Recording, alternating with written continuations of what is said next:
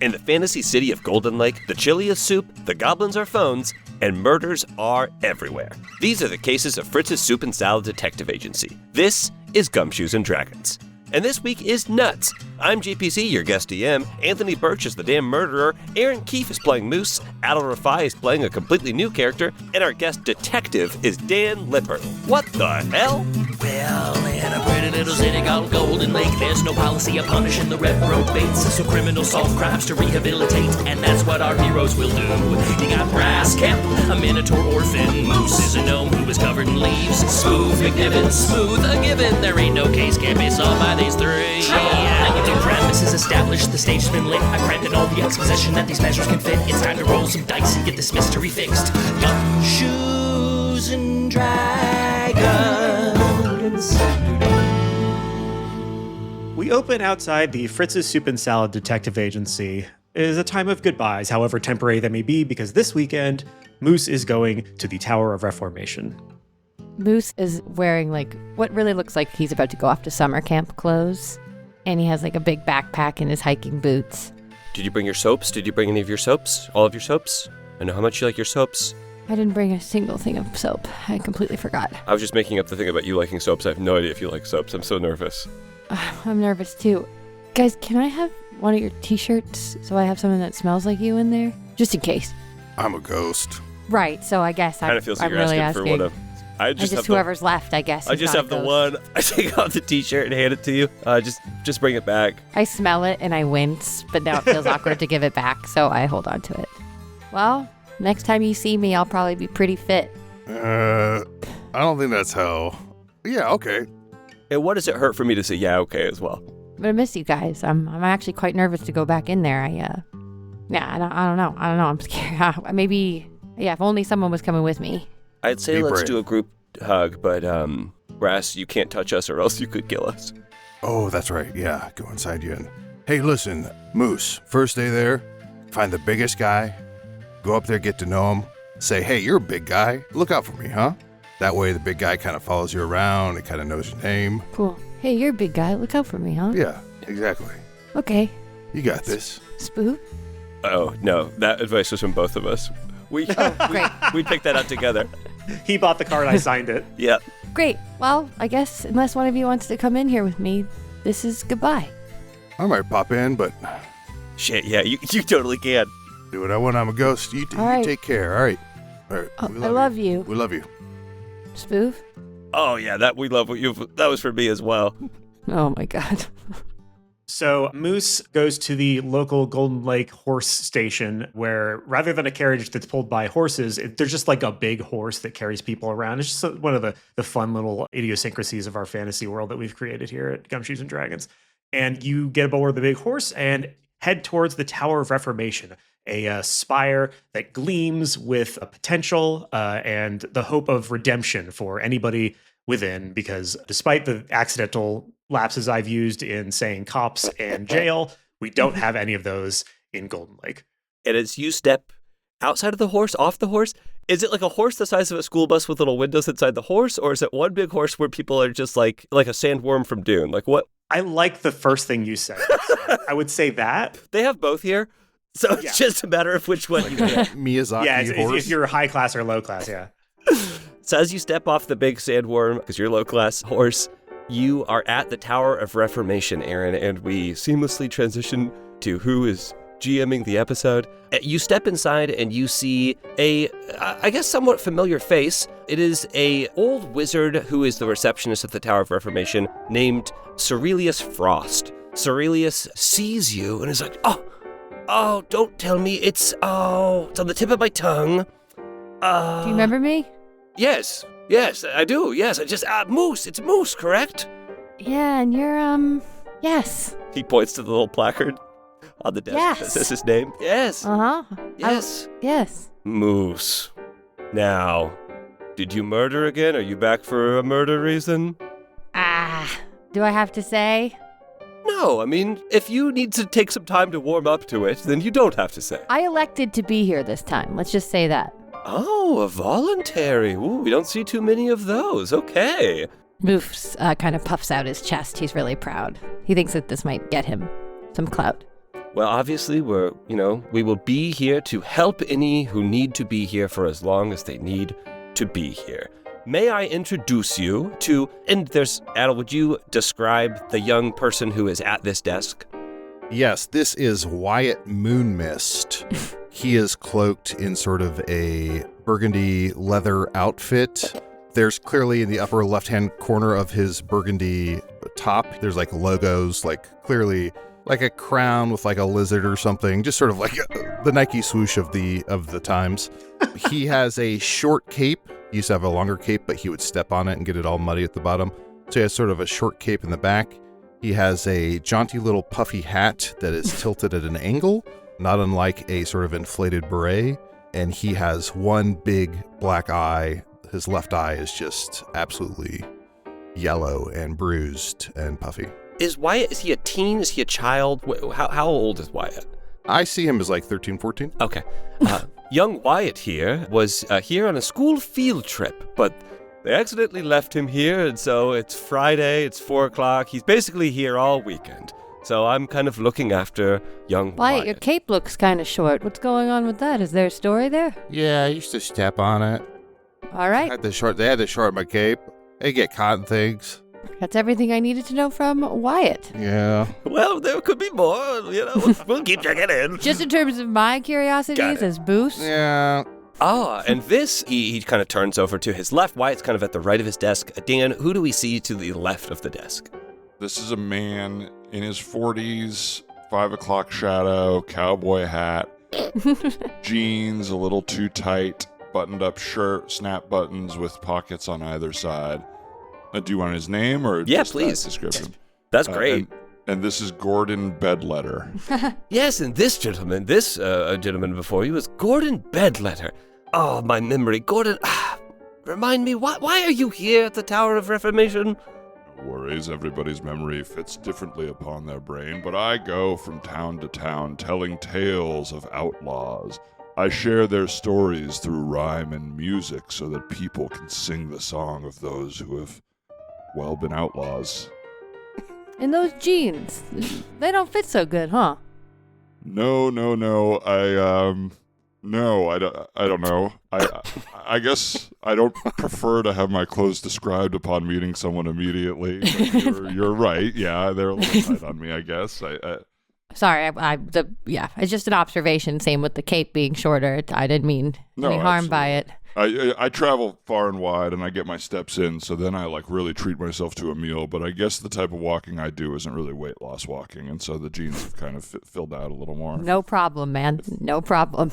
Gordon was down at the pub, and he was spinning a tale of outlaw murder, and someone kind of mistook what he was saying for his own tale, so he's kind of just here for the weekend as a formality while we do a little bit of background and just kind of make sure that he's not a notorious murderer.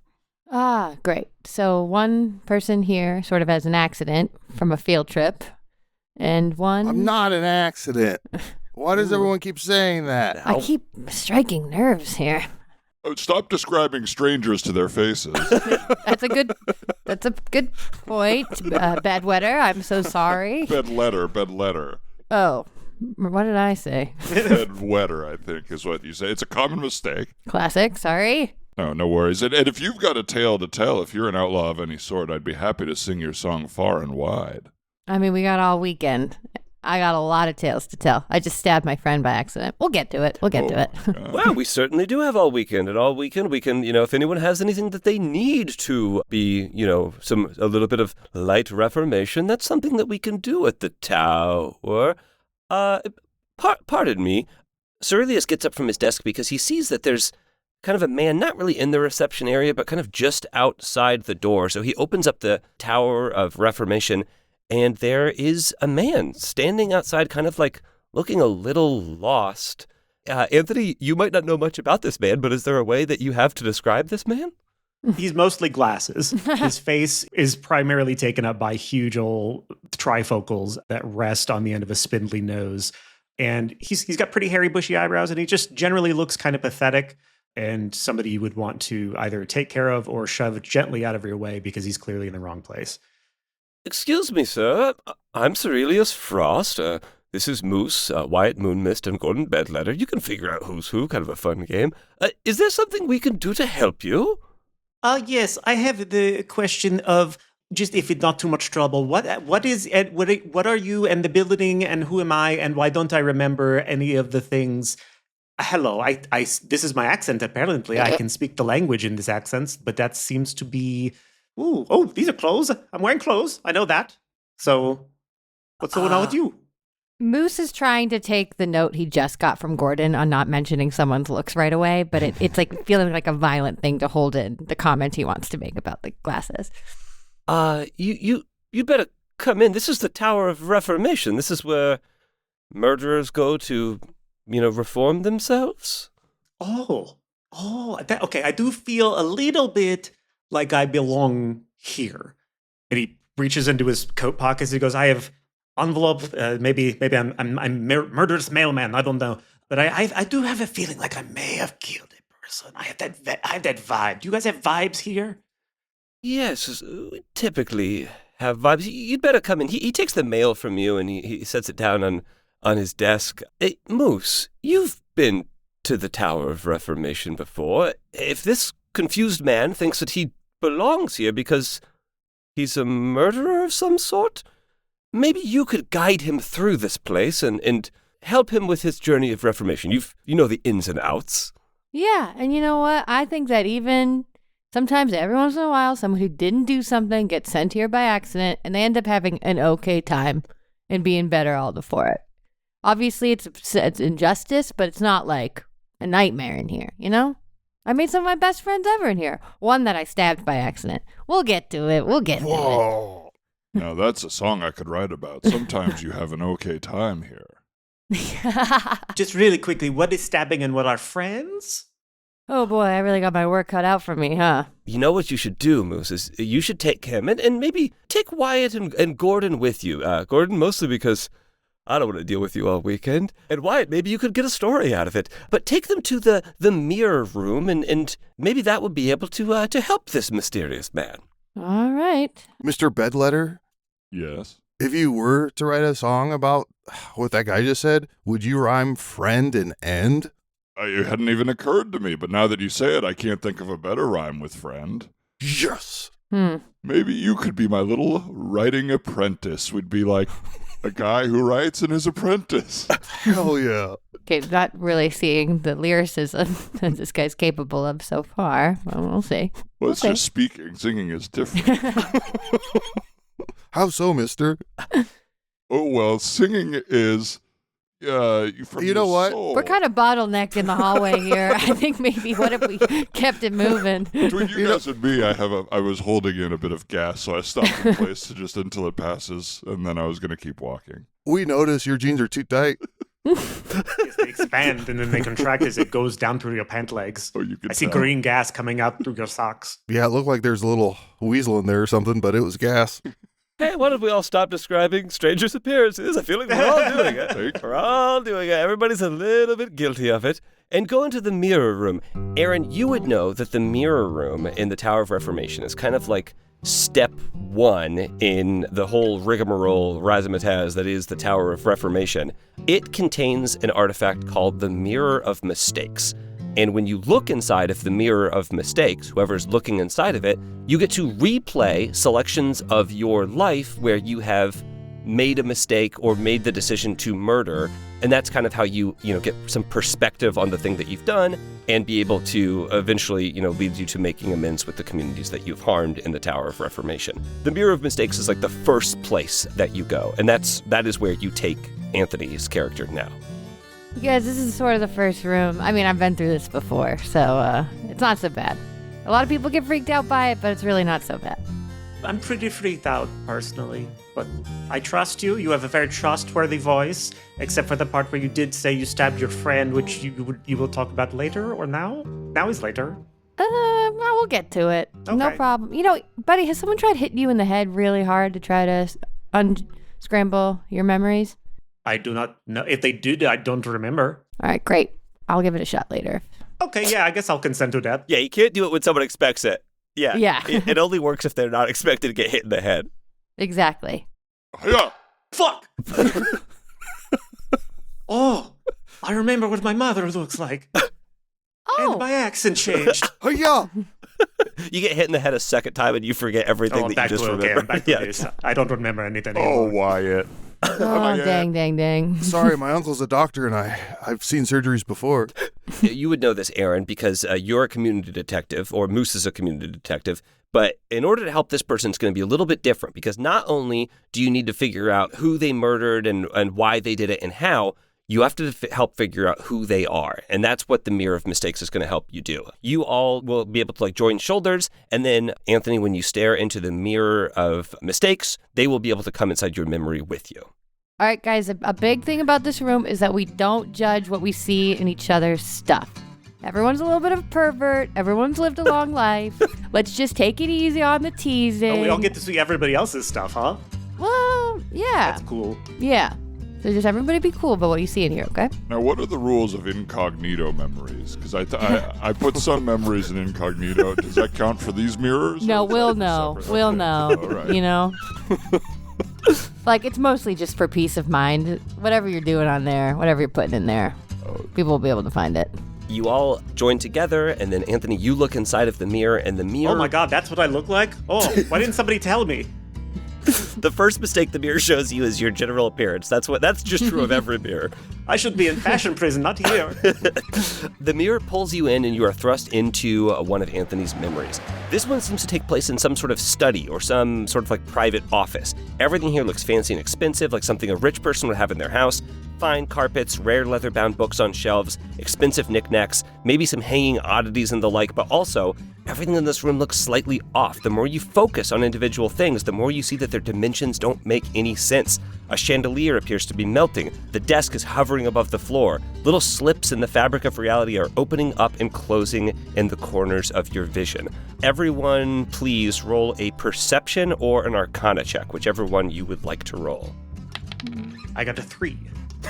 Okay, good. This is right on theme for this character. I got a 6. I got a 17. I got a 10 if it matters for me. Okay, yeah. I will say that Wyatt and Moose, but Moose most of all, you get this. You don't really have any idea what's going on, but it is absolutely weird. But you kind of make the assumption that whatever is wrong with this person's memory is also affecting the mirror's ability to replicate or reproduce the memory. So you think that this is mostly what his memory is, but things in here could be pretty off. Within the room, there are several things that you can investigate. There is, in no particular order, a bookshelf, a desk with a scroll on it, a door, and a portrait on the wall. I'd love to look at the scroll. It's your memory, and everyone, your physical manifestation is here as well. So you are physically here in this space, and Anthony, his character, he looks mostly like he did on the outside. It doesn't look like that whatever is affecting the memory is affecting his physical manifestation in the memory. Yeah. Do the rest of us have to stay physically connected to maintain? No, you can explore freely in here. You're just kind of trapped in this memory, though. Gotcha. Well, made it way scarier when I said that out loud. Now I'm trapped in the memory. Anthony, you see a desk with a scroll. Go ahead and roll an investigation or a perception check. Love to do that. I got a 12.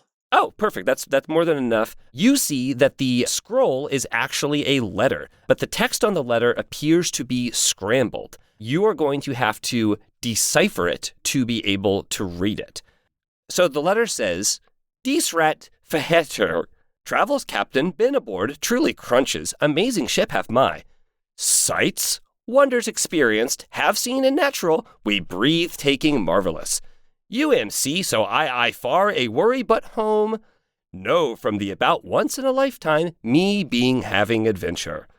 Have any eye and studied their wondrous plants, hope soon ever I catalog send, as I've eye samples are you the examined scene unlike properties. Wetehe levoe, uhaper herseresi. Am I have stroke? Does everyone feel like have stroke right now? I have the words. Yeah, I feel like my brain's underwater. It certainly is complicated. Oh, I should mention, I'm a community detective. I'm going to be able to solve this no problem at all in about 2 seconds. You're a detective? Yeah, but I'll slow down to give you guys a shot. I don't know, mate. You might have a future in it. Okay, well, clearly it's dearest father at the beginning. My travels aboard Captain Cruncher's ship have been truly amazing. As you're saying this, Anthony, you hear a for the first one, which is correct, and a for the second one, which is correct. Fantastic. Oh, ding. I have a ding in my brain. You're doing so great. I think I should let you keep going. It's because you gave me the inspiration to go forward. Wonderful. Moose, I saw you writing on a piece of paper, Desert Theater. So you saw that. We have seen and experienced breathtaking, marvelous wonders and sights, maybe? Something like that? You get half a thing. It's pretty much enough. Yeah. The exact one is we have seen breathtaking sights and experienced marvelous natural wonders. Desert theater. Would that be a theater in the desert, or like a theater who focuses I'm on pretty much alone in this. It's just going to be me sort of figuring out my brain. That's cool. If it's a theater, yeah, keep going. Marvelous Mrs. Maisel at Desert Theater. Okay. I know you. Once in a lifetime be having adventure. I know you are far away from having a one. I know you are far away from home. I know you are far having a from once in a home. lifetime adventure. Ding. I'll give you. There's a comment in the sentence in the second half of the sentence, Erin, is, but I am having a once in a lifetime adventure. That's a ding. You get a ding on that. But now you have to get the rest of it. I know you are worried that I am so far from home. I'll give you the partial ding on that. I know you worry about the sea and me being so far from home, but I'm having a once in a lifetime adventure. Oh, they worry about the sea, this father. Interesting. Specifically worried about the sea. Yes, he is worried about the sea. I am going to get the song of the century out of this. This is fun, isn't it, everybody? A song right here. Look at us. Song of the century? I think Ho Yo is still going to be the song of the century. Was that fine? We all know Ho Yo, right? No, kid, I don't have my finger on the pulse of young person music. You don't know? Have you been to a wedding in the last 2 years? The plants are unlike anything I've ever seen. Starting to understand why this kid got a black eye. Oh, it dinged! The plants I've studied are unlike any I have ever seen. You got that part right. And there's one more sentence in there that you haven't unscrambled. Right. What? Something about sending With love. cataloging and sending the samples to you. Maybe. Yeah, I'll go ahead and give you the partial ding on that too. Anthony pretty much did a 100% walkthrough on this one, which is good. Next one, I won't do anything. It'll be all you guys. It's so cool. Hey, it's your memory. It says, I hope to send you samples soon as I catalog and examine their wondrous properties with love. Now, the very last part, it's really scrambled in there, and it might be too hard to unscramble without getting some other context for the room, I will say. Well, I do see a capital S and a capital L, so my initials are either LS or SL. Sup, losers? You can call me that. I think it says with love. That with ding. love, yeah, with love you could get that. It does, yeah, you got that. Desert theater, ding. Captain Crunch, ding. So why was I in the desert theater? I'll send you the translation of what you already have, but like I said, you might want to move on to other areas of the room. Oh, right. Things you haven't explored yet are a bookshelf, a door, and a portrait on the wall. I want to check out the portrait on the wall, please, sir. Okay, well, I'm not here, but Wyatt Moon Mist. Then I don't have to call you sir? you go to the portrait. Who's the kid talking to? He was talking to me. Okay, you go to the portrait on the wall. The portrait on the wall, as you look upon the portrait on the wall, go ahead and roll a perception check, or you can also roll Arcana here as well. It's going to be a big 4. Okay. I'm going to roll Arcana because I'm also going to look at the portrait. Sure, yeah. 21, 17 plus 4. Okay, with the 4, what you get, Wyatt, is that this is like a portrait, but it's like you don't really get art. So, a lot of the finer aspects of the portrait are kind of lost on you, and you realize, like, after not looking at it for a second, you don't know what the fuck it's about. But with a 21, Moose, you know that there's something weird going on with this portrait. You can't place a single thing in the portrait. It looks like the paint is just kind of like swirling all around and constantly moving. You have no idea what this portrait is of, and you can't make heads or tails of it. Sir, I noticed you rolled a 21. Could you get me a dice that's 21? That rolls a 21? No, I'll end up back in here, kid. No, I'm not going to use it for anything. I just want to keep it.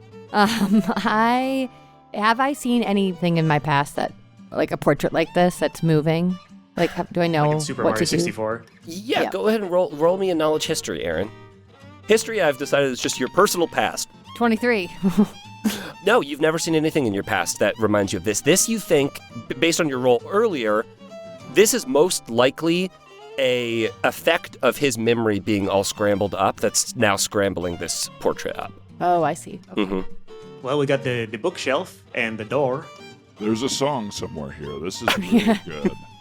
I'll just be in the corner. Oh, he's taking out his notebook and he's sort of banging on it.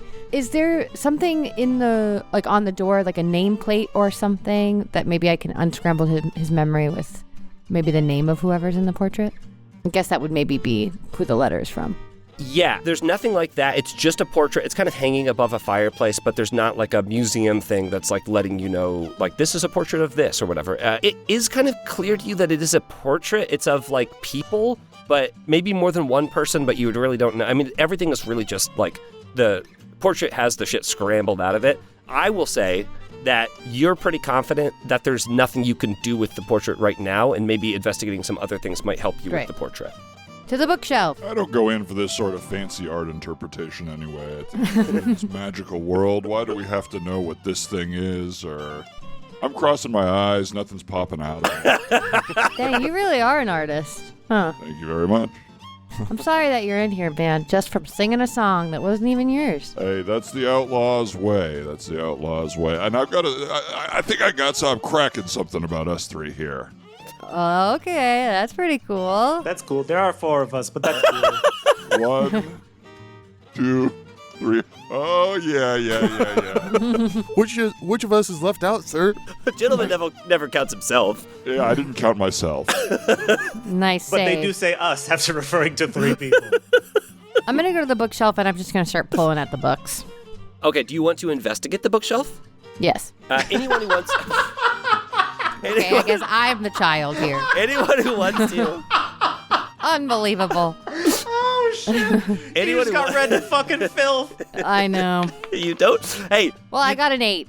I rolled investigation, so. but anyone who wants to investigate the bookshelf may. You don't really see that there's anything like different or weird about this bookshelf with an 8. Would anyone else like to investigate? I got the a bookshelf? natural 1. Again, you're like normal-ass bookshelf, normal-ass vision. Everything's fine in Let's here. see I got a 22. Wow. Okay, Adel, you are the first to unlock the secret of the bookshelf. I saw a B on my dice. I'm like, what the fuck's a B? It's like the symbol, Beyond. yeah. Okay, so let's see, Wyatt. You see that the bookshelf seems to fill your entire vision. As soon as you follow it up, it curves back down in an MC Escher-esque infinite loop. Who? Famous rapper. If you look at it too long, your head starts to hurt from its sheer impossibility. You notice that there are only 3 unique rows on the bookshelf that repeat in the same order infinitely. The first row contains these 3 books, and then there are other books on the rows, but all the titles are just like obscured by memory. You can't really make anything out of them. The first row, Potty Training Your Pup Without a Corral or Cage by Marv Cockapoo. Girls Go to College to Get More Smarter and Other Axioms by Kyle Kitchens. My Queendom for a Jaunty Horse by Zachariah Dopresser. The second row is Napping for a Vivacious Adult Boy Who is Running on Nothing by Max Hoopla. Jiffy Hump's Intro into Nasty Talk for Your Upcoming Fuck Buddy. How to Cram Down Pizza You Couldn't Finish Last Night by Hagmar Quistormal. I may be having stroke again. The third row is Notice Me, Senpai. The author of this quaint book is Wolfgang Wiebe. Chuck Z. Lust's extensive book of one-line romance gestures. And finally, The Minotaur and the Handmaiden, a romantic expedition from Jason Gay. Wyatt immediately laughs at the name Jason Gay, and then I think Wyatt tries to Smart. pocket the book about fuck buddies. You find that when you take the book about fuck buddies out, you can absolutely take it out, but like another one instantly refills it in its place. Gotcha. Infinite fuck books. Hey man, it's your memory. I guess just to test that, I'll take one of those too. We might as well get one Replenishes just in again. case we need it Yeah, later. just in case. Listen, why were you covering your eyes like you were incognito? Fuck, okay. Everyone should take at least one, and then one as a backup in case you lose one, right? One to keep, one to feed. I guess. Well, it's buddies, yeah, not maybe buddy. 3. In case I get one sticky. I thought everyone was sort of talking over each other. And sir, this is some sort of puzzle? Yes. Yes. So you would know from that great roll, Adel, that there is some sort of puzzle that you're looking to solve here. You would know that there's something that's not right about each row, almost like there's something missing that you have to find. Gordon's in his notebook, and he's got like 4 like dash marks. Could I roll whatever I would do to figure out how many people we are in this room? Yes. That's going to be a perception. And we'll see how much your self-perception is influenced here. 14. Okay, with a 14 plus your like natural perception bonus, you have mostly got it. You're like 95% sure that there's 4 people in this room. Well, maybe the 4 of us could put our heads together and try to figure out this puzzle. Man, this place really works. I'm down for that, sir. There's something missing from each of these rows. Yes. That's what we're trying to figure out. Mm-hmm, mm-hmm. Does it have anything to do with alphabetizing them by last name of the author? Oh, Wyatt, it's not alphabetizing by last name of the author, but I would say that the alphabetizing, you're getting somewhere with there, but it doesn't have anything to do with last name of the author. Man, that's a weird name. Child Chichens? That's weird. Yeah, it should be Kyle. Well, it's pronounced Kyle Kitchens, right? I would pronounce that Kyle Kitchens. So Yeah, some of the letters, like, you might expect gay to be spelled G-A-Y, but here it's spelled G-A-E. I bet if we correct the letter that looks different than how we would assume it's written, we might spell out a word. So let's maybe go title by title, sirs. Yeah. Yeah, you have also a feeling that if you like throw out some guesses in this, much like the ding of the previous letter, something might happen to indicate that you're on the right direction or the wrong direction.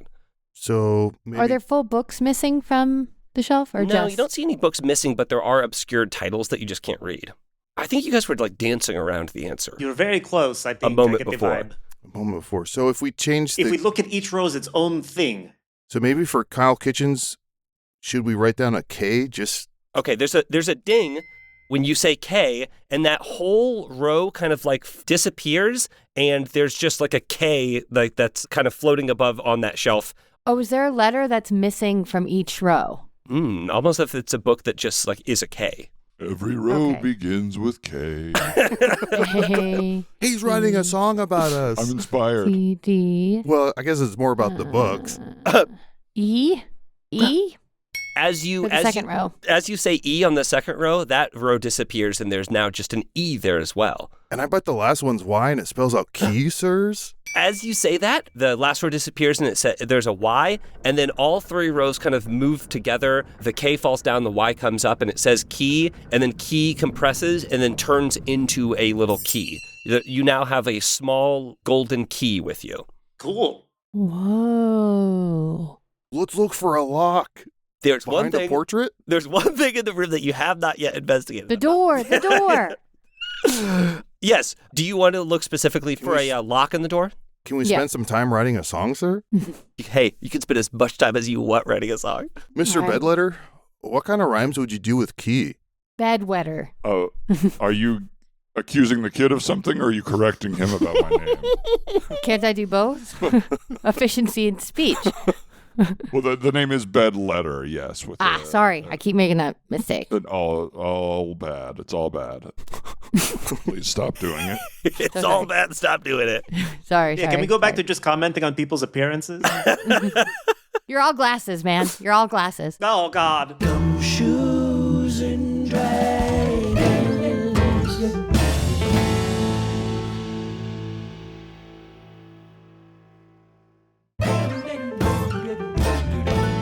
You do see that there is a lock on this door. So yeah. you assume it would fit a small key.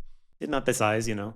Let's give it a shot. Once you put the key into the door and like turn it, you see this like golden outline behind the door, and then the door opens into a brand new room. You step through and immediately find yourself outside. You're in an open air room surrounded on all sides by a circular wall of bland cobblestone 20 feet high. Think like the bottom of a well, but only like 30 feet wide. The sky above you is overcast and miserable. It must be the day, but you can't really see the sun. And then set into the wall on the opposite side is another door identical to the one that you came through.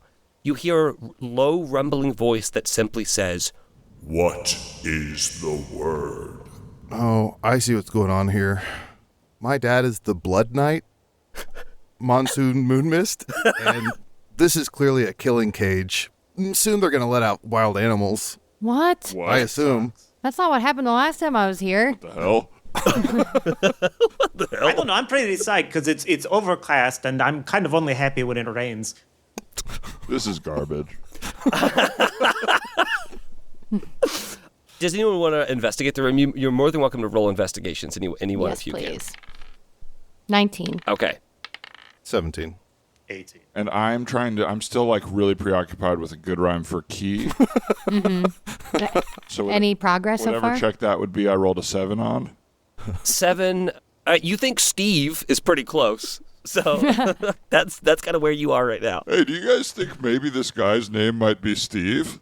It's not. The room rumbles. Okay, so Erin, with that roll, you see that this room is kind of flat, unremarkable, and rather lifeless.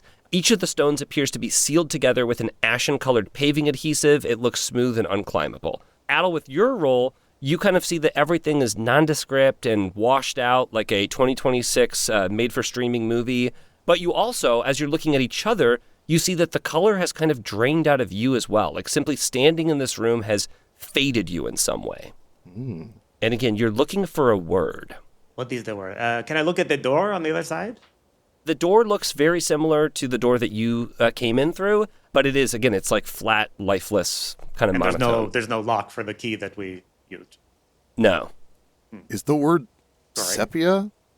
It's not sepia, no, but you definitely feel when you say sepia that you're like thematically on the right track. Gray. Okay, you say gray and the voice rumbles in the sky and it says, Yes, remember. and then the door in front of you lights up like the previous door lit up. If you want to, you can step through that one now.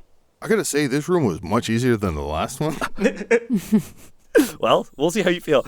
You step into a similar room, although this one is bright and full daylight. Instead of the claustrophobic nature of the last room, the walls are much more open, and the room is huge. It looks like some sort of arena. In the middle of the room, a man in brightly colored Here come the edibles.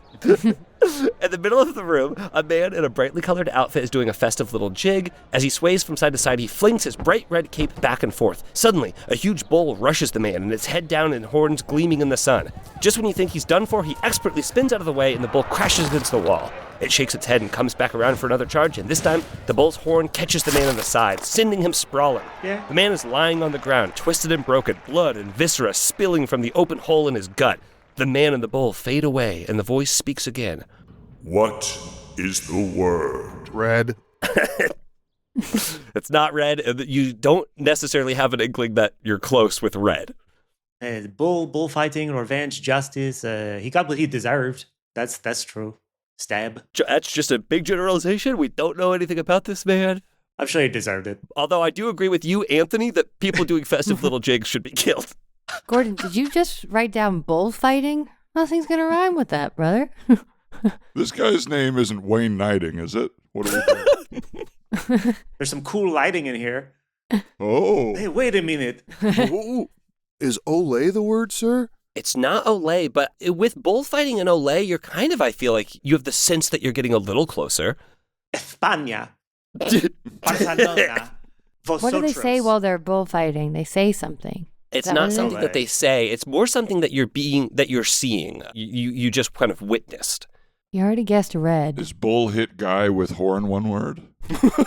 No, but How'd you know my password, sir? But Wyatt, I will say that there is one word that does mean bull hit guy. Gore. You say gore, and suddenly you hear, Yes, remember. Remember what? He would have stopped 9/11. Some sort of inconvenient truth. you are, I think that you have the sense that the voice wants you to remember the words that you're saying. Gregor. Oh, A door opens on the opposite wall, and you step through the door, and you're now on a gentle, rolling hillside. The grass is green, the sky is blue, and there is a young man with a shepherd's crook. He is guiding a flock of sheep across the hillside. They are grazing lazily, and the young man looks content. He notices that one of the sheep is falling behind. It looks smaller than the rest and somewhat confused. The young man approaches the sheep, who bleats in concern. Something is wrong.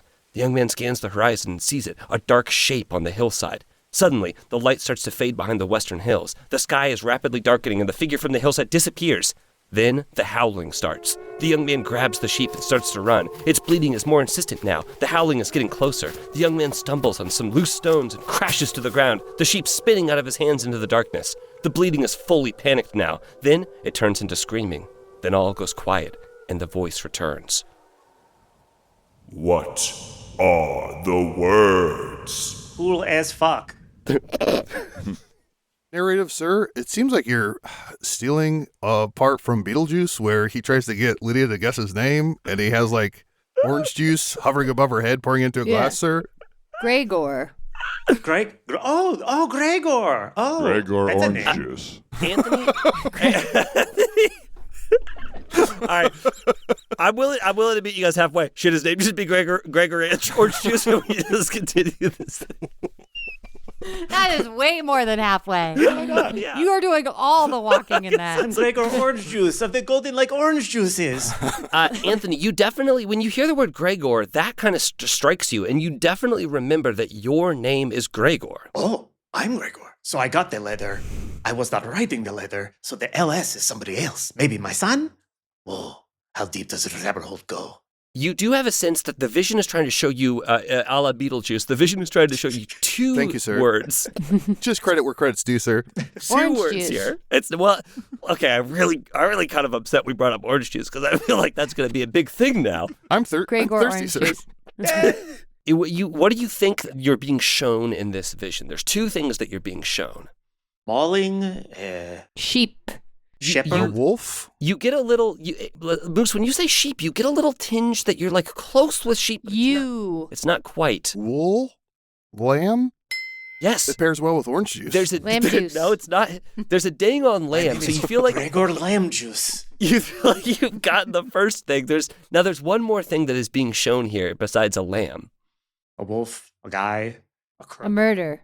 Think about the panicked nature of the bleeding of the lamb. Mr. Bedletter, sir, you've been taking copious notes. Death. Just his name better be orange juice because that's all the rhymes I have right now. Like what? What rhymes with What orange, rhymes sir? with orange? I would love to know what orange juice rhymes with, yes. Boring. Sadly, boring Jews is the first one I have. Oh, okay, that's cool. That's cool. Damn, this song is a hit. Dan is Jewish. Thank you, narrative voice. We're going to add that. The narrative voice is going to be like, It's okay for him to say that. No one else should. Stereotype of Jews being boring. And not boring, so it's okay. yeah, the bleeding, the panic. Slaughter. Fear, sir. Oh, Wyatt, I think that you've got it. You hear another little ding. You just have to put it together. Lamb fear? Gregor, as soon as you hear Wyatt say that, you remember that is your name. Your name is Gregor Lamphir. Gregor Lamphir, which means that my kid has an S name. As you get the Orange name, juice. you kind of all like fall backwards through the doors that you fell into, and you appear in the original room. Now you can see that the portrait, the kind of part of the portrait that was maybe one of the figures, has unswirled, and you see clear as day Gregor Lamphir in that portrait. But his arm is kind of around like a shorter person next to him. If you also look at the letter, you do see that the last part of the letter, the name is unscrambled, and you can see the last name Lamphir, but those first 6 letters are still scrambled. And as we read Lamphir, it's spelled Lamph. IER? All right, I'll give you the other 6 letters in a different scramble with the capital letter in there as well. Upshy. It's Upshot. Orange juice. Fuck, it's Upshot. Soapy. Is S the first letter? Yes. Yeah, it must be. Soapy. Shy up. Soapia. Soapy is so close to a name that exists. Soapia. Sophia. It's Sophia. As you say, I don't see an F. As you say, Sophia. We 3 make a great theme. 2. Oh, shit. I look back at my notebook. You get that the name Sophia Lamphir rings out. You look again at the portrait, and you do see now there's like a young woman who is most likely the daughter that is referenced in the letter to the father. This is Sophia Lamphir. And Gregor, you remember that you do have a daughter named Sophia. Okay, cool. I hope I didn't murder her. Yikes. Why say that first? Because to prove isn't that proof that I love her, that I don't want her to be murdered? That's a good thing, All right, I'm probably okay, a cool yeah. guy. As you Maybe glasses. As you solve that final puzzle, a trapdoor opens in the ceiling, revealing one of those like folding staircases that you see going up into an attic, except this one unfolds into like an ornate circular staircase that leads up if you choose to go up there. Hell yeah. Okay, you go up into this next room, and you will immediately find yourself in a small graveyard surrounded by a dozen headstones, all of which have indecipherable writing on them. There is a long shade in the shape of a man, but as insubstantial as a shadow, standing in front of one of the graves. Surrounding the graveyard are a variety of brightly colored non-native plants growing large and wild. Adjacent to the graveyard is a small building that may be a groundskeeper's shed. When you said there are 12 graves, they're not like circular around us, are they? They're just like in rows. They're just kind of scattered throughout the graveyard. It's like about a dozen headstones, but there's a shade standing in front of one in particular. So what you have here is you have a headstone, a shed, and some other graves. And then the dude standing in front of one of them. And the brightly colored non-native plants, yeah. Narrative, sir, could I check the headstone that the shade is standing in front of? Yes, absolutely you can. You check that specific headstone, and you see that headstone has, you know how like people like leave things on graves? It's adorned with a tri-corner captain's hat, a monocle, and a compass. The shade that's standing in front of the headstone looks remarkably like Gregor, but like in shade form, and is very silent, just staring down at the grave. The headstone reads, "Here lies Captain Crunch, sole survivor of a pirate attack." The rest of the space on the headstone is like purely blank, that there's nothing like, written into, nothing chiseled into it. And as you read that, suddenly the hat snaps up, the monocle rests where an eye would be, and the compass opens and closes like a mouth. "Who disturbs my final resting place?" We 7 travelers are merely here to understand the mystery of my memory. Oh, well, I don't know how I could help with that. I am Captain Crunch, a proud and noble ship's captain who is dead. I said Captain Crunch when I read the letter. Yes, And everyone that's who scoffed my at me. daughter was on the ship with, and if he was the only survivor when pirates attacked, that means that he either hid and didn't do anything to protect her, or he sold them to the pirates, which means my little girl is dead, which means I didn't murder her, which means I'm a good person, Is that true? but I feel like I may have murdered him. Ah. Well, you can, if you have specific questions to ask me, you're more than welcome to ask me any of those questions. How'd you die? Ah, yes. Well, I guess, I don't necessarily know how I died, but I will say that I died under a set of mysterious circumstances. I'm not sure if that's helpful to you. As you ask that question, you see that his grave, like a little line in his headstone, is chiseled in, and it says the captain died, and it has the year that he died under mysterious circumstances. Everyone roll a investigation check. 14. 13. 17. 9. Gordon, you assume that when you asked a question and it was answered on the headstone, that you have a limited amount of questions. You don't exactly know how many questions until the headstone fills up with enough writing that like covers all of the space, and then you will be done with the ability to ask this grave questions. So you've asked one, it's probably covered up like a fourth of the headstone. You have no idea how many questions there might be, but you asked one, and it exactly is 1/4 of that headstone, so... Copy. I will say this. I did think about that, Anthony, and it is not 4 questions. You Okay. do not have 4 questions. Okay. The first question that you asked had a short answer to it. Great. So it is... you're close, but... We all think there's about as much space on that headstone as there are of us here. I'd say ish. Yes, okay, yeah. Should we Gordon, maybe... you're going to have the impulse to ask this guy if something rhymes with something else. And I just am going to need you to fight that impulse, because I think we need all the questions we can take. Okay, that's fair, but I would love your help. Right now I'm having trouble rhyming with Captain Crunch. And as a general reminder, remember, you're trying to get who this person is, which you kind of already have, who they murdered, why they did it, and how. Mr. Gordon, sir, nap, then lunch? That's an insane order to do those things in. That's against the laws of nature. Here's a little story. No one asked me, but if someone does ask me, I would say crazy to nap at lunch. What'd you say, Mr. Gordon, sir? Oh, I was thinking of writing a song, but now I'm thinking just for the next lyric. So if it's crazy to nap then lunch, what would be a better order, Mr. Captain Crunch? I would say lunch then nap. So We're lunch then nap appears on the headstone, and then there's a question mark by it because it's like maybe they shouldn't be on the headstone. It doesn't really feel like that much space got taken up, so it doesn't really feel like you wasted a question, but you have a little less space now. Maybe he died having a nap after lunch because his body was having trouble digesting it, or he choked or something like that. Maybe. Captain Crunch, did you die because you took a nap? Don't do this. Yes or no. I'm sorry, I didn't hear that. Could you say it more clearly? No. It's okay. All right. What if we What asked, do we- does he recognize me, my face? Yeah, but you can kill, sorry, and I know this sounds crazy, but you can kill a man without looking him in the eye. Oh, I man, do that's want to cold. circle back to your stabbing while we're here. Yeah. I thought I was stabbing a demon, and I stabbed my best friend Brass with You're a murderer, all sir. my might. Yeah, but technically no, because I thought I was killing a bad guy. Oh, you're right. It's worse. Oh, it sounds like you fell for a very intricately planned out ambush on your sense of attention and expectation. Yeah, even though I had been bracing for it for months and months, I still fell for it. Really ruined the week that week. Man, that demon knows what he's doing. Yeah, he's okay. He's a pretty good DM. Son of a fucking bitch. Fucking Anthony fucking tricked me. Well, and fucking demon, stabbed me. DM. That's cool. Sir, should we ask Captain Crunch what question we should ask him? Oh. Wow. That's like wishing for a million wishes. What question should we ask you to get the answers that we need? Come on. Maybe you could just tell me what the information that you like. I mean, we're about an hour. I guess I could just kind of fucking tell you the information. Well, what happened to my daughter? She was on your ship. What happened?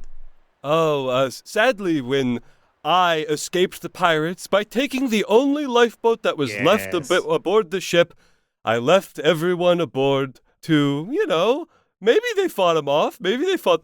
Of course, the ship was never recovered, and I was the sole survivor. And I came back and was lauded as, a famous survivor of pirate attacks for the many years until my death. But who knows what happened to your daughter? Yeah, I definitely killed this guy. Oh, and I remember you as well. Yes, you're the shade that's standing in front of me. He looks just like you. Yes, we met shortly before I died of mysterious circumstances. I remember you were very angry at me. Yeah, I can see that. I can understand why.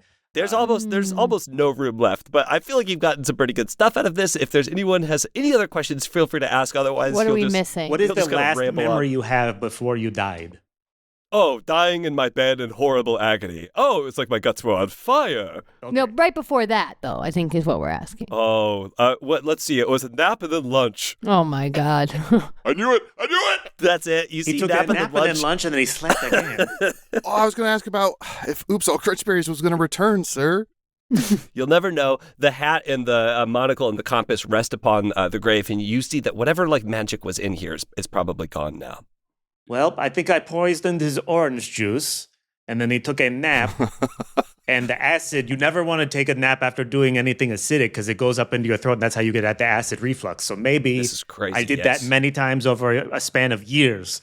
And then eventually the acid ate through him, and he died. I go just ask another random grave that question. Nothing else happens at any of these graves, but I will point you to the shed or the brightly Yes. colored plants. I'm going to look at the plants first. There are 4 different types of distinct plants growing in this graveyard. The first plant is purple with rigid leaves that seem to grow straight up and out. The second plant is green with soft and drooping leaves. They have the quality almost like felt. The third plant is gray and brittle. If you didn't know any better, you'd think this plant was dead, but it is not. And the last plant is orange, and the leaves look and feel more like feathers than plant leaves. Is there a catchy rhyme I remember about these plants to point to which ones are poison? Ooh, I want to know about rhyme too. Especially with the orange one. Can you roll, Erin, can you roll, what would that be? Let's do a history. Great. Or nature, or you could do nature because you're a moose, I forgot. 16. Oh, can I do nature instead? Please, yes. 17. Sir, can I read a chapter from Jiffy Hump's intro to Nasty Talk for your upcoming fuck buddy? You realize that when the puzzle disappeared, that book disappeared as well. So you no longer have that book. Well, I don't even care anymore. I wish I was dead. I have nothing to live for if not dead. With a 17, you are very sure that these are like foreign plants, maybe even like made up plants. You've never seen these plants before. They don't exist anywhere in Golden Lake that you're familiar with. And so there's nothing I can do to test them to see if any of them are poisonous. That is all that you can get from this section, but you can still check out the shed. To the shed. The inside of the shed is small and dark. There's a sinister vibe. The only thing in here is a table with a dimly lit lantern next to a small notebook.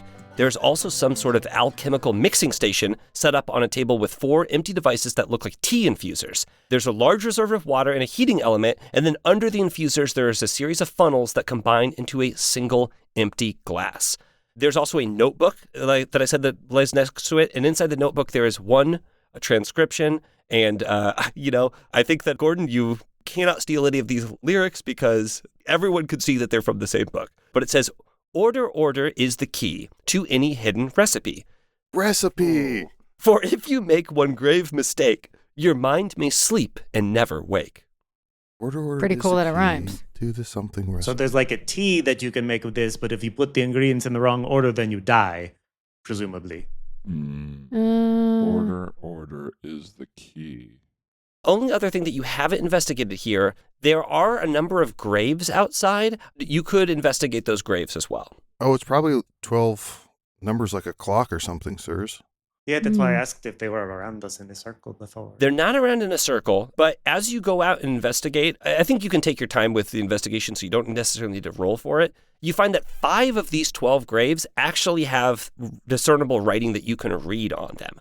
What do their names start with on the grave? Well, I'll give you the full thing that you can read on each one of the graves with the dates that presumably they lived are Cherry Cabernet, 452 to 470, Cole Inkelhouse, 101 to 112, Indigo Jones, 236 to 268, Millie K. Snowden, 275 to 352, and Daffodil D'Angelo, 581 to 625. Snowden, any relation, sir?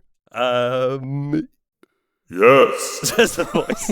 Are they associated with the plants that we've seen? And the order, it might be how old they were when they died, going from lowest to highest. Well, also the colors match. Gray would be coal, purple would be indigo, orange would be daffodil. You're close with that, Adel, but not quite correct. And Gregor, I think that you're onto something there with the second part of it, which is the years and how they line up. Okay, so do some math here. Because I am a nice guy, you do not have to do the math. I'll do the math for you. You got it. The 18 is correct, yes. And the other one is 11 for sure. 36 to 68. That 32. one, I'll just say is 32. The next one for Millie K. Snowden is 77. And Daffodil D'Angelo is 44. Okay. Wyatt, you were close, but it is not. The colors of the plants do not correspond to any of these names. Do we numerically put them in order, sir? So coal would be first since they were the youngest when they died? You think that maybe that's part of it, but you remember that the 4 colors of the plants are purple, green, gray, and orange. What's the 77th letter of the alphabet, sirs? No. Oh. Wyatt, I think you were close, but let me walk you through this thought experiment. What color is coal? Gray? Coal, the... Black. Black. Thank you. Well, you didn't say if it was burned or not, sir. I've only seen coal in the fireplace, sir. Okay, so there's black, and then what color would you say is cherry Cabernet? Red, sir. Mm-hmm. Indigo Jones? Purple, sir. Purple. Indigo. Blue.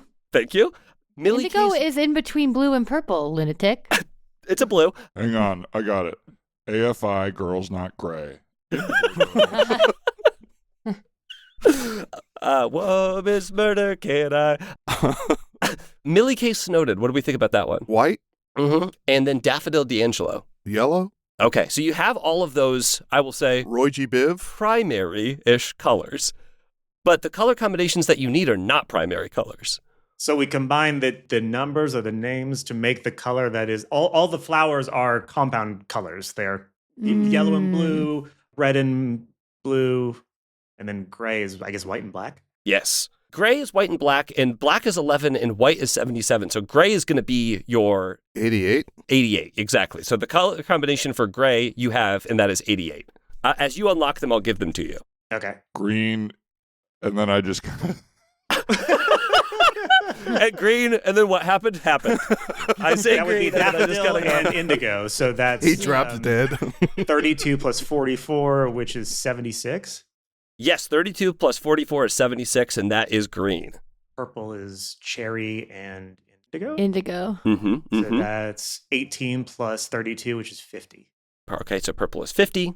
And then Orange. So that's yellow and red. So that's cherry, 18 plus daffodil, 44. 44. Which is And while they've been figuring this out, 62. I've had to go make water, and I've urinated on one of the plants. And then just to make sure none of the urine gets on my jeans, I dap some of it off of the end of my penis with one of the purple leaves. As you Good luck rebuttoning your jeans. As you dap your penis on the purple leaf, you get the sense that none of these in itself are dangerous. It's more of a combination. The combination could be very dangerous, is the sensation that you get. I'll also say that for expediency, you grab a little sample of each plant, and you are now back at the table. And again, it says order is the key to any hidden recipe, for if you make one grave mistake, your mind may sleep and never wake. What order would you like to put these into the 4 tea infusers before you run the experiment? Low to high is the only thing I can think of. Yeah, same. Number-wise. Okay, so do you So go purple, orange, green, gray. You go purple, orange, green, gray, and you hear that mysterious ding one more time as all of the water rushes through, and you see the different colored liquids, and they all kind of combine in that central cylinder, and then kind of like some smoke rises from it, and you have the sense that you have created some very deadly poison. And it looks like orange juice. That's fun. And it does. Let's say for the hell of it, it looks just like orange juice. Some of that smoke went in my mouth, sir. And captains of ships need to take orange juice to ward off scurvy, so I probably opened some sort of orange juice stand outside of his apartment, and I went, orange juice, and I fed him some, but it was poison, and I killed Yeah, him. you poisoned that guy. Yes.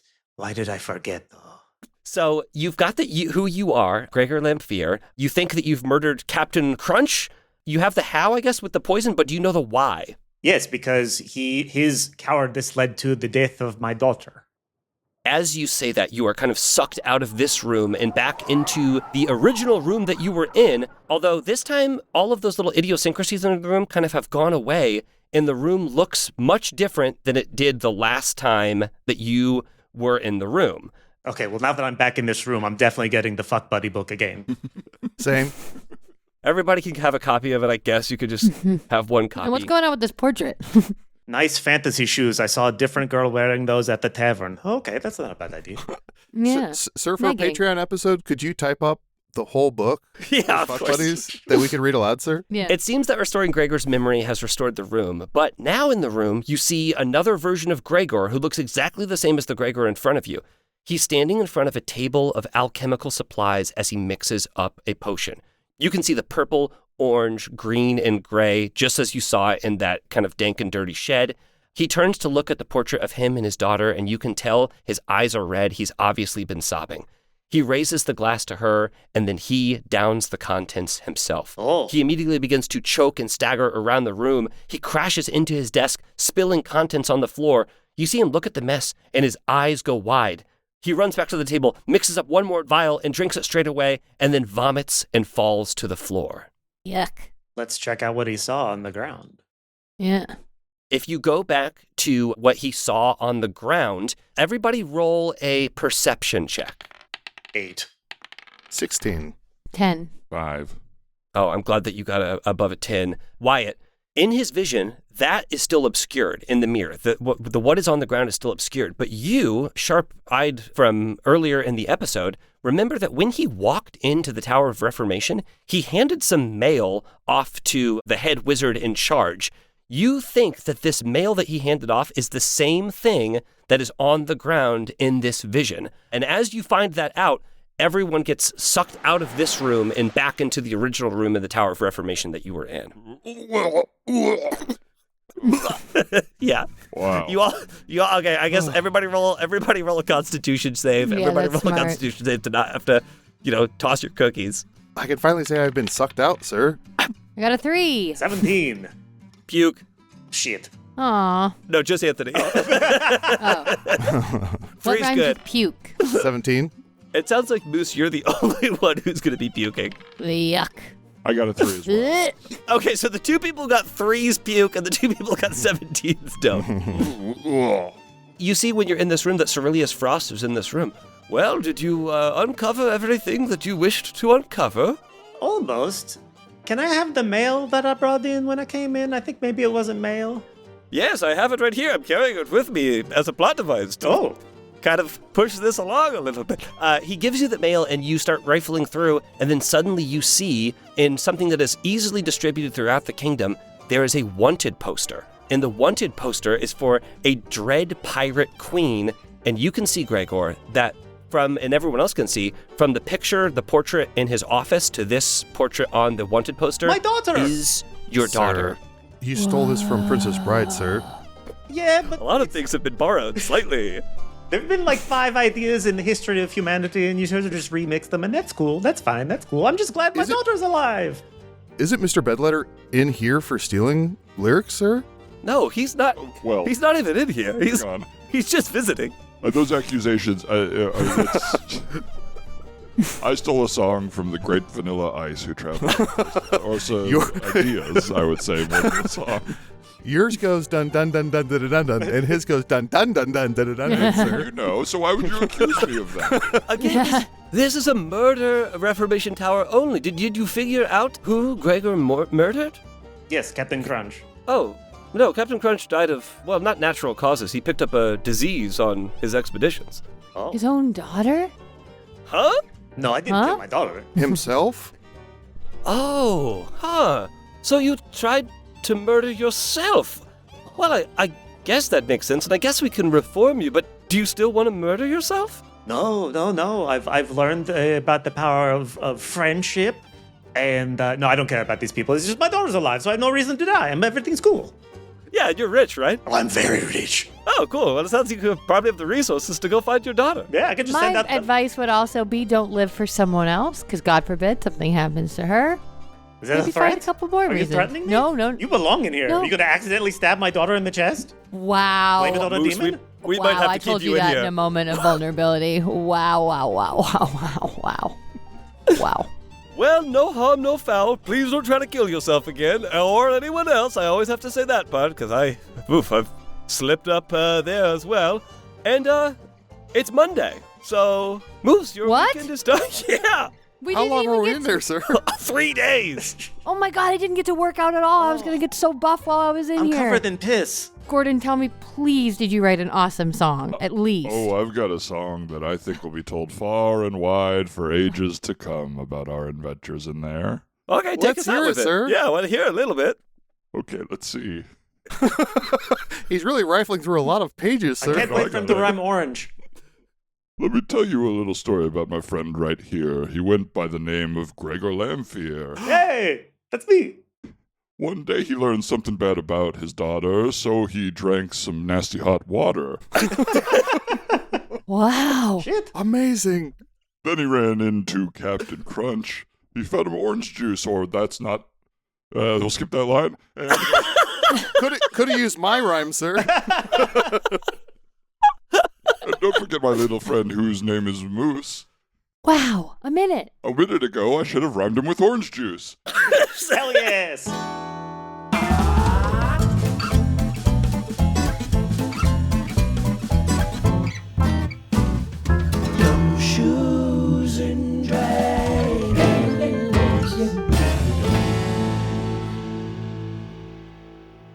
Gumshoes and Dragons is created by Anthony Burch, who is also playing Gregor Lamphere this episode. Erin Keif played Moose. Adel Rafai played Wyatt Moonmist. I was your GM, John Patrick Coan. I'm also the producer of the show. Pretty cool. And your guest murderer was Mr. Dan Lippert. If you guys don't know Dan is fucking hilarious. You can check out some of his podcast work at biggrandewebsite.com. He does the Teacher Salon podcast with former guest John Mackey and some others. It was a very fun podcast. You simply must check it out. You can also listen to Dan on Eat, Pray, Dunk on Comedy Bang Bang World, another very fucking excellent show. Let's see. Omar Romolino edited this episode. Thank you, Omar. Casey Toney was our engineer. Arne Parrott did the theme song.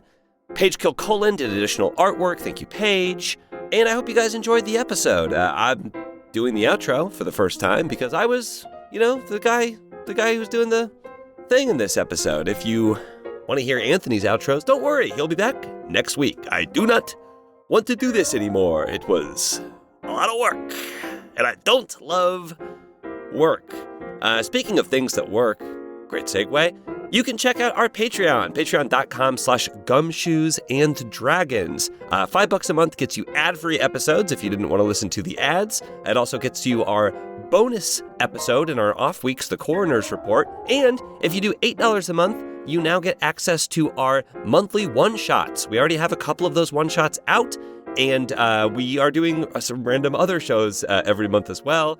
Anthony and Erin have been doing some Once Upon a Time recaps. Who knows how much longer they'll be doing those, but you can get them while they're hot. Oh boy, Anthony did not give me any patrons to shout out at the end of this episode, or, I forgot to ask, but fear not, I will shout out some people who helped playtest some of the puzzles that we did in this episode. So shout out to my buddies James, Eddie, and Tim. Thank you guys for doing your best to work through those puzzles. And of course, I have to shout out my lovely wife, Mariah, who I bothered with way too much of this stuff. If you like the show, please give us a review. Do we ask for those ever? Who knows? Review us on Apple Podcasts or wherever you leave reviews. 5 stars would be just great. Anything less than 5, you can fuck right off. And we will see you in 2 weeks. Keep on murdering.